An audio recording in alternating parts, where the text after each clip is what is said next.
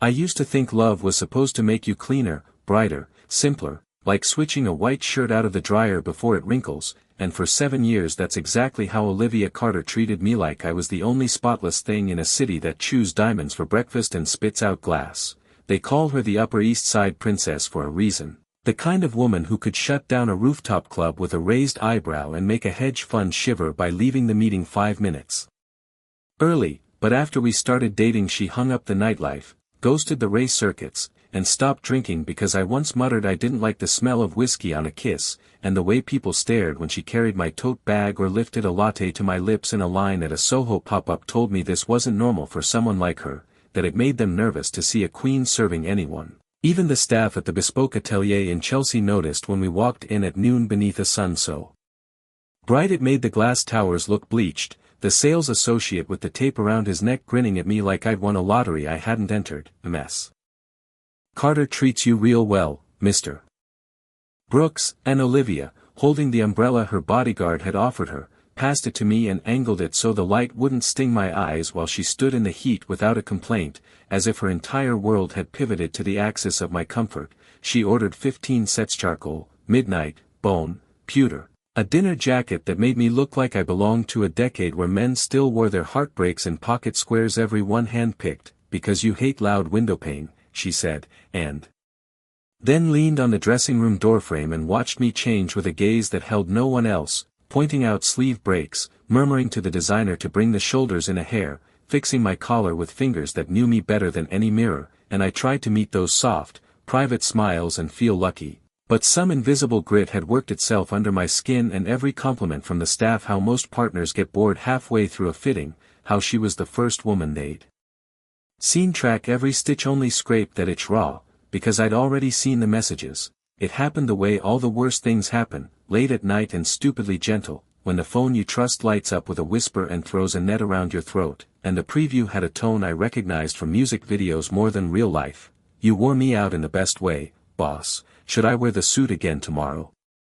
Followed by photos so explicit the blood drained from my face like the tide and left me stranded in a white noise emptiness, and I told myself I was seeing shadows, that a woman who'd kicked a drunk air out of a gala for calling me a charity case, who'd learned corporate finance to take pressure off her mother so she could someday run Carter Holdings like she was born to, wouldn't give her time to a man who texted like a candy-coated threat, but denial is just hope dressed in cowardice. So I scrolled and scrolled until the timeline rolled back 3 years to a night I remember too well, me birthday, the year we promised to keep it small, and there it was. Thanks for the ride home, Ms. Carter. Never been in a CEO's passenger seat before. Stamped 9:10 p.m., the exact hour I'd been straightening the apartment, turning down the music and checking my phone every few minutes for the "on my way" she didn't send. The thread thickened with stupid, ordinary details that cut deeper than the porn still she'd sent him home before coming to pick me up from the studio. She'd solved his office politics with a single call and a fired bully. She'd bought him a condo a short walk from headquarters, so you won't lose time in traffic, and the first time they slept together his pin was the name of a boutique hotel not far from our place, which explained the breathless answer she gave when I called to ask if I should keep her suitcase out for the red eye. How she said, 5 minutes, with a tremor I mistook for exhaustion when it was just the weight of another man's body. I wanted to disbelieve so badly that I typed, very satisfied, back to him and deleted it, as if erasing my words could erase the facts, but I knew he'd seen it. Some messages are less like letters and more like mirrors, and, just in case I'd missed the point, the next day he sent a coy itinerary for tomorrow night, followed by a picture of himself kneeling in a maid's outfit that turned my stomach because I could smell the cologne he wore in my head and it wasn't mine. By the time Olivia walked me out of the tailor and slid into the back seat beside me, asking if my stomach needed tea and whether I liked the softer canvas in the lapel, I'd already decided not to choose between heartbreak and denial. I'd choose clarity. So when she tucked me into our Upper East Side apartment like a careful storm and whispered she had to go back to the office to wrap a critical meeting, I caught her sleeve, "Don't go," and watched the flicker in her hand, the little rub of thumb against ring finger that means she's thinking. And when she said yes anyway, I studied her face for guilt and saw none, just the focused kindness that once made me believe I had been found instead of picked. She kissed my cheek and left, and I took my keys, and the city opened a mouth of bridges and arteries, and I followed her taillights past Harlem and out through the tolls to Westchester where the air feels expensive. Parked a block away from a slate-roofed villa and watched her punch a code only to stop when a man in that same fetish-made uniform slid his arms around her waist and purred, "Master, you finally came." And Olivia, the girl who posted, "Ethan is my husband, not my toy," 3 summers ago to shut down a viral clip that mocked me, put her hands on his face and kissed him like thirst, then pulled him inside with a kind of hunger that didn't look borrowed or coerced. The night pressed into me, and I stood there long enough for the chill to decide I belonged to it, until even the gravel under my shoes felt like it had an opinion. And when I drove back, the roads were empty enough that my thoughts could be loud, that maybe love isn't a stain remover at all but a highlighter, that maybe she'd always been this person and I'd been the one pretending she was a rewritten draft, that maybe my devotion had become a leash around my own throat. I didn't sleep, which made sense because sleep is for people who can put a period at the end of a sentence, and I was stuck in a clause. So I sat on the sofa with the AC off and my hands numb and the dawn fussing at the windows until the lock clicked, and she tiptoed in the way people do when they're proud of a secret and afraid of breaking the wrong silence, and when she saw me her expression crumpled into concern so convincing I almost stood to reassure her. "Ethan, you didn't have to wait, your hands are freezing, are you trying to make me panic?" she scolded, and the smell of a man's cologne rose off her jacket like a ghost with perfect posture and knocked the breath out of me.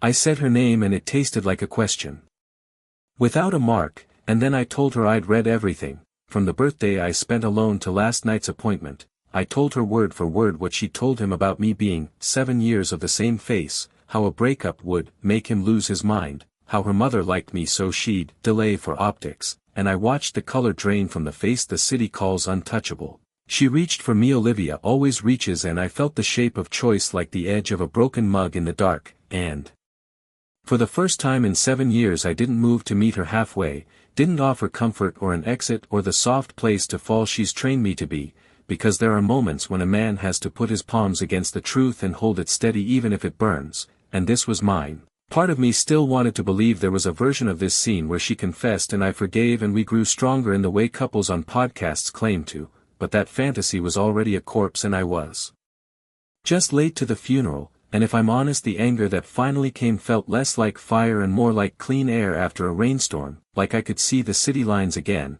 the shape of my own life beyond her shadow. I don't know how long we stood there with the wordless noise of appliances and traffic between us, but I do know this: the next words out of my mouth would change everything, and whatever came after dinner's cancelled, rings returned, a new job offer I'd stopped myself from taking twice would start here, in our polished, expensive quiet, with the truth sitting between us like a third person who refuses to leave.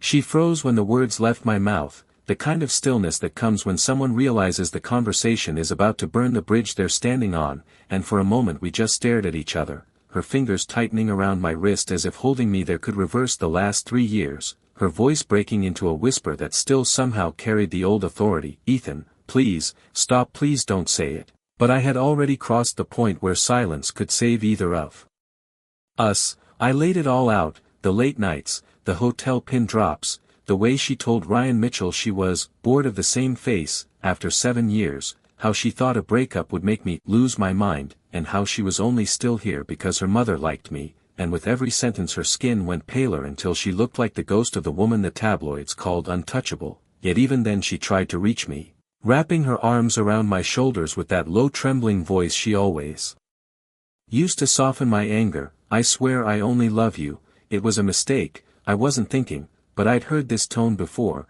after every bad headline she'd brought home, after every fight she'd picked in public then smoothed over in private, and this time I didn't fold. I peeled her hands off me like they were someone else's, met her eyes, and told her it was over, my voice steady enough to surprise myself, and when she shook her head and said, "I don't agree," I almost laughed because it hit me just how much she'd built our relationship on the assumption that she could set the terms and I'd follow. But this wasn't a negotiation, this was an eviction notice for the part of my life that had rotted under the weight of her control. She tried to step closer but I threw the words that would make her flinch, "Don't touch me or filthy," and the shock that rippled through her face was like watching a glass of wine hit marble, a silent shatter you could still feel in your chest. I took off the engagement ring, dropped it into her palm before she could close her fingers, and walked into the bedroom to grab the suitcase I'd packed before we left for the tailor, the one sitting under the bed like a lifeboat I hoped I'd never need, then brushed past her without looking back,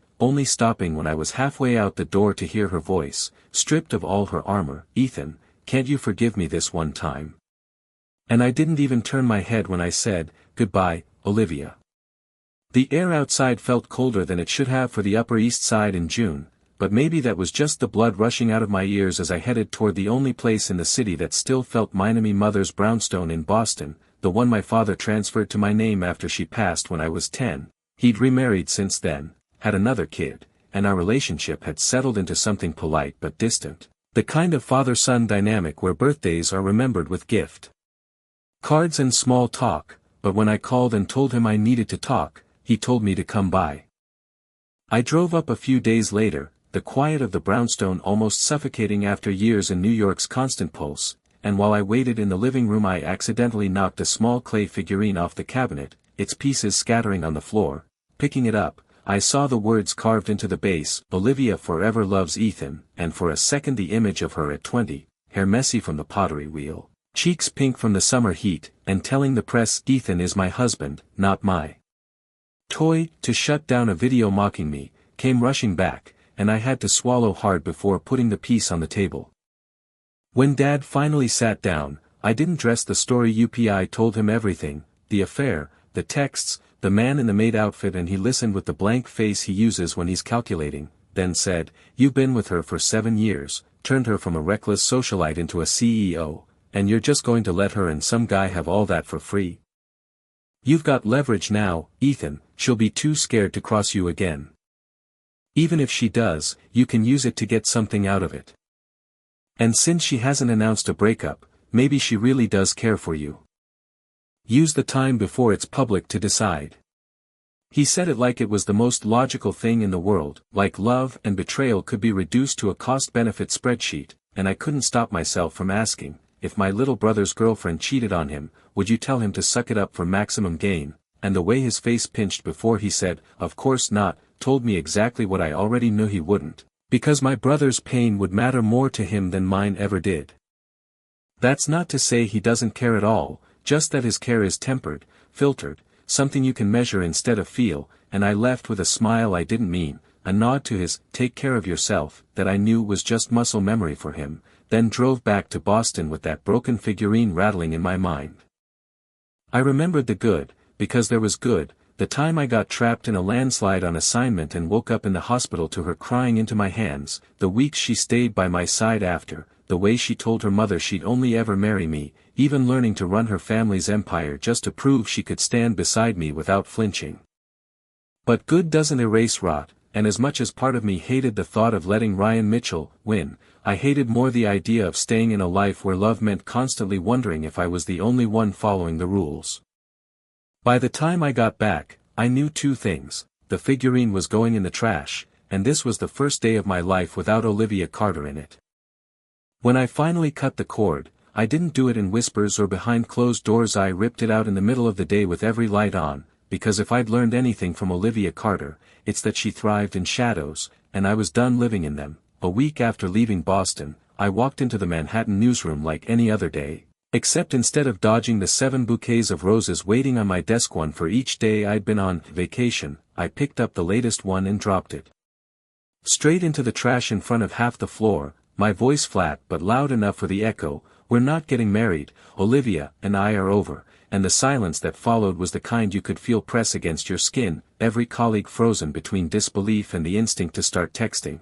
I didn't look up, just powered my computer on like I hadn't just set fire to the city's favorite power couple, but I knew she'd hear about it within the hour, because New York has no secrets. Only delays. I didn't have to wait long. 30 minutes later, the glass doors slid open and there she was, flanked by Ryan Mitchell, who was wearing that smug, half-victorious smirk people get when they think they've already replaced you, and for a second it was almost funny, how much he looked like a kid trying on his dad's suit, except the suit was mine. I smiled soft, measured, deliberate and asked her, "Olivia, what do you think? Am I wrong?" And she just stared at me with eyes that looked like she hadn't slept in days, voice low and rough, "I don't agree," as if her refusal could rewind everything. Ryan's face drained of color in real time, because even he could see she wasn't standing with him in that moment, but I didn't give either of them the relief of a pause, just said, "You know I don't go back on my word," and turned away, leaving her in the kind of public spotlight she couldn't control. She was at the station for an interview, and normally I would have been the one across from her on camera, but the station manager, me old college professor, had tried to pull me off the segment when he heard about the breakup, worried I'd let my personal life bleed into the broadcast. I told him no, that I'd handle it, and when the cameras rolled, I was all business, hitting every question on cue while she kept drifting into these unguarded moments of staring at me, and by the time the edited clip hit the morning news cycle, the internet had turned it into a highlight reel of Olivia Carter, CEO, can't stop gazing at her ex-fiancé, as if the whole thing was a rom-com instead of a post-mortem.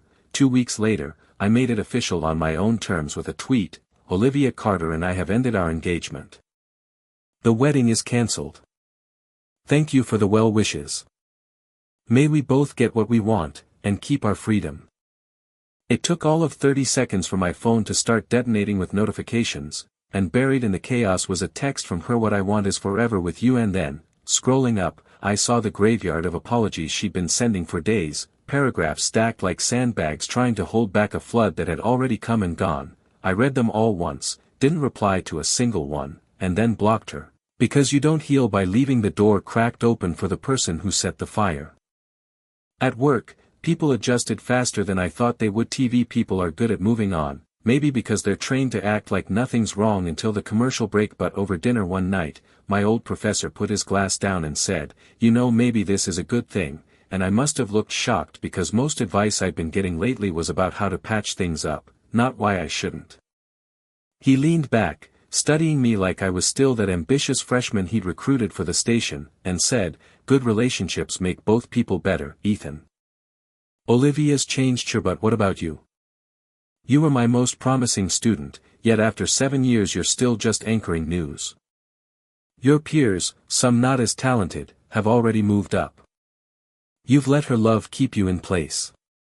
He was right, and we both knew it, and maybe if I hadn't seen the texts, I'd have argued, but instead I just told him the truth, that she'd been with someone else for 3 of those years, that our engagement was never about love anymore, just optics for her family, that I'd been played so thoroughly I could barely look back without feeling stupid. He didn't try to fix it, just pulled me into a half hug and said, "Then stop crying over the Calgary, free now." And it was true, free to take promotions without worrying about being accused of writing her name, free to say yes to an overseas fellowship I'd turned down twice so I could be around more, free to speak without checking if the words would make me a better Carter son-in-law. For the first time in years, I could just be Ethan Brooks, not the man lucky enough to be on Olivia Carter's arm. I left that dinner with something I hadn't felt in months, a clean, dangerous kind of energy, and the next morning I emailed my boss that I'd be accepting the fellowship in Los Angeles. I figured if Olivia wanted to keep playing her games with Ryan Mitchell, she could do it without me watching from the sidelines, because I was done being part of the Carter PR machine. Whatever came next was going to be mine, and mine alone. Los Angeles was exactly what I needed: sun that didn't feel like it was filtered through skyscraper glass, air that smelled faintly of ocean instead of exhaust, and the kind of professional distance that made it easy to forget that back in New York, the woman I'd spent 7 years with was probably still trying to control the narrative. I threw myself into the fellowship, worked with some of the sharpest anchors and producers in the country, and for the first time in a long time, my work was about me, not about how it reflected on Olivia Carter, not about whether a segment would make her mother proud, not about whether a headline would overshadow the Carter brand. My phone still buzzed with her name, sometimes new numbers she'd used to slip past the block list, but I ignored them, because every time I even thought about picking up, I'd remember her in that Westchester villa with Ryan Mitchell's hands on her waist, and the urge would vanish. Months passed, and by the time I wrapped the program and flew back to Manhattan, I was operating on a whole new level, closing stories before deadlines, pitching ideas that got greenlit on the spot, moving like someone who finally knew his own worth. Which is why it barely registered when I started hearing murmurs about Olivia's perfect little affair cracking at the seams. Apparently Ryan Mitchell wasn't built for the long game at a high-profile gala for her mother's birthday. He showed up drunk, accused the Carters of treating him like garbage, and in front of half the city's elite, announced that Olivia had been using him while she kept her engagement ring from me in a drawer. It was the kind of messy, public implosion I'd seen her navigate for other people, but this time she was the headline, and the vultures in the press and rival companies went to work digging up every ugly rumor from her partygirl days, bar fights, underground parties, whispers of kinks that wouldn't play well in glossy magazines. Carter Holdings took a hit on the stock market, and even though I didn't celebrate it out loud, I won't lie, it felt like watching a storm pass over a city I'd already evacuated. Nearly a year after our breakup, I ran into her by accident outside a midtown cafe, and I almost didn't recognize her. Gone was the immaculate composure, replaced by shadows under her eyes and a tightness in her mouth that hadn't been there before. She asked if we could talk, and against my better judgment, I said yes, partly because people were watching, partly because I wanted to see what game she was playing now. We sat in the corner, coffee cooling between us, and I asked lightly, "So, how's the engagement to Ryan going?" She looked down, voice barely audible, "It's cancelled." I took in the brittle edges of her tone, the way her hands clenched around the cup, and couldn't stop the small, humorless laugh that escaped me. "Guess karma's still alive, huh?" For a second, she looked like I'd slapped her, but I didn't soften. I leaned in just enough to make sure she caught every word. Betrayers getting betrayed, that's balance. She left first, walking out into the crowd like she'd forgotten how to own a room, and I didn't see her again for months. When I did hear about her, it was from a colleague who couldn't wait to deliver the gossip. Ryan Mitchell had gone nuclear, teaming up with a rival family to attack both her personal life and the Carter empire. He harassed employees until they quit, tailed her mother to the point of causing a breakdown, and when the Carters pressed charges, he skated by on a mental health defense. Then came the final straw, confronted Olivia in person, baiting her in public, and she snapped. She got in her car, floored it, and hit him hard enough to put him in a coma the doctors weren't sure he'd ever wake from. The arrest was immediate, the footage splashed across every news outlet. Watching it, I didn't feel shock so much as recognition. This was the Olivia I'd known before I met her, the one who buried her temper for me but never really tamed it. Actions have a way of circling back, and while she sat in a holding cell, I went home to my quiet apartment and thought about how I'd been standing outside that Westchester villa less than 2 years ago, cold to the bone, thinking I'd never feel warm again. Turns out, I'd just been standing too close to the fire. By the time Olivia Carter was sentenced at 25 years for attempted murder, I'd already built a life so far removed from hers it felt like we'd existed in different timelines. My career had jumped 2 rungs up the ladder, my apartment no longer felt like a temporary landing pad, and somewhere along the way I'd met Emily Dawson, the kind of woman who didn't need grand gestures to make you feel wanted, who never once made me second guess if I was the only man in the room for her. We met through a segment on local arts initiatives, kept running into each other, by accident, and before I knew it, she was a fixture in my weekends, then my weekdays, then my whole damn life. When I proposed, it wasn't under the shadow of anyone's family name, wasn't tied to some unspoken bargain. It was just us, 2 people deciding to build something together, and when we got married, it was small, warm, real. A year later, our son was born, and the idea of who I'd been with Olivia felt like a distant rumor I'd once read about a stranger. One spring afternoon, we were walking through the park near our place in Seattle, Emily carrying our boy on her hip, me holding her free hand, when she stopped in front of a long stretch of graffiti wall, bright with layers of names, dates, declarations of forever. She laughed, pointing to a section where my name was painted in neat block letters, "Forever Love Ethan," followed by another name partly obscured by newer spray paint. She tilted her head, teasing, "Who's that? Some college crush?" I glanced at it, and in an instant I knew it was Olivia's handwriting. Hell, I'd seen it enough on gift tags and sticky notes to recognize the curve of the letters anywhere, but I just shrugged and said, "Can't remember," because the truth was, remembering didn't hurt anymore. It just felt far away, like a song you used to play on repeat until the lyrics stopped meaning anything. Emily grinned, made a joke about how I must have been popular back in the day, then got distracted by a mural of a giant fox, and I stood there for a second longer, looking at those faded words. A flash of memory hit Olivia at 20, blocking the dorm hallway with that mix of shyness and defiance, saying, "Ethan Brooks, I like you. Will you go out with me?" And I realized I felt no anger, no longing, just a faint disbelief at how much space she'd once occupied in my life. My son wiggled out of Emily's arms and ran toward me, yelling for me to catch him, and I scooped him up, spinning him until he shrieked with laughter. Emily rolled her eyes and called us both her two drama kings, and as we walked away from that wall, I knew this was what I'd been moving toward all along, not revenge, not vindication, but the kind of quiet, ordinary happiness you don't have to guard from someone you love. I didn't know that somewhere in a cell states away, Olivia was still thinking about me, still replaying what she'd lost, still imagining some version of us where she hadn't crossed the line she could never uncross. I only knew that my path was forward, and nothing, not even the ghost of her name on that wall, was going to make me turn around.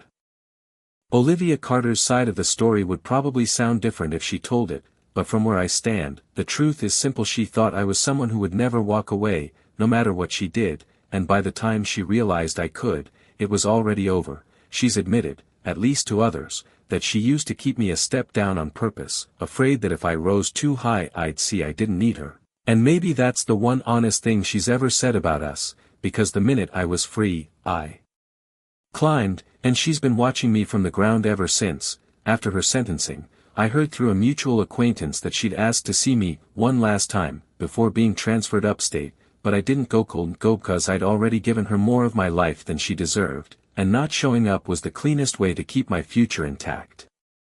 She went to prison, and I went on building, marrying Emily, raising our son, stacking years of peace between myself and the chaos I'd left behind. But life has a way of circling back in strange places, and nearly 2 decades later, long after Olivia had faded from most people's memories, she walked out of prison a 60-year-old woman with gray hair, a bent frame, and no parents left to greet her. Carter Holdings now run by her younger brother, who sent a driver to drop her at the family estate. Instead of going inside, she found her way to a park, the same one with the graffiti wall, and sat on a bench like she was waiting for a bus that would never come. I was there with Emily and our grandson, a little firecracker who'd inherited my stubbornness and his grandmother's sharp tongue, and he was halfway through lecturing me about stealing bites of his ice cream when Olivia saw us. I didn't notice her at first. I was too busy teasing my grandson, telling him I was the coolest grandpa in Seattle, and watching him shake his head like I was hopeless. Emily walked up behind us, smiling, asking if we were plotting trouble again, and my grandson immediately threw her under the bus. Grandpa tried to steal my ice cream, and she laughed, kissed my cheek, and told him she'd buy him another. We started walking, hand in hand, our grandson skipping ahead, and only then did I catch a glimpse of her sitting on that bench, hands clasped in her lap, eyes locked on me with a look I couldn't quite read. For a second, the years peeled away and I saw the Olivia from when we were 20, beautiful, magnetic, terrifyingly sure of herself. But now there was something else there too, something raw and unarmored. She didn't speak, didn't move, just watched as we passed, and I didn't slow down. Emily squeezed my hand, not because she recognized her, but because she knows me well enough to feel when I've gone somewhere in my head. I didn't turn back. Whatever she wanted to say, whatever apology or confession she'd been saving, it wasn't for me, Anna Marie, it was for the ghost of the man she used to know. And that man had been gone for a long time. I've always said I don't walk back once I've left, and seeing her there, older, smaller, and still looking at me like I was the only person in the world, only proved I was right. You can regret, you can rewrite the story in your head, you can even sit on a park bench hoping time will bend, but some doors stay closed forever. And mine had been locked the day I walked out of that Upper East Side apartment without looking over my shoulder.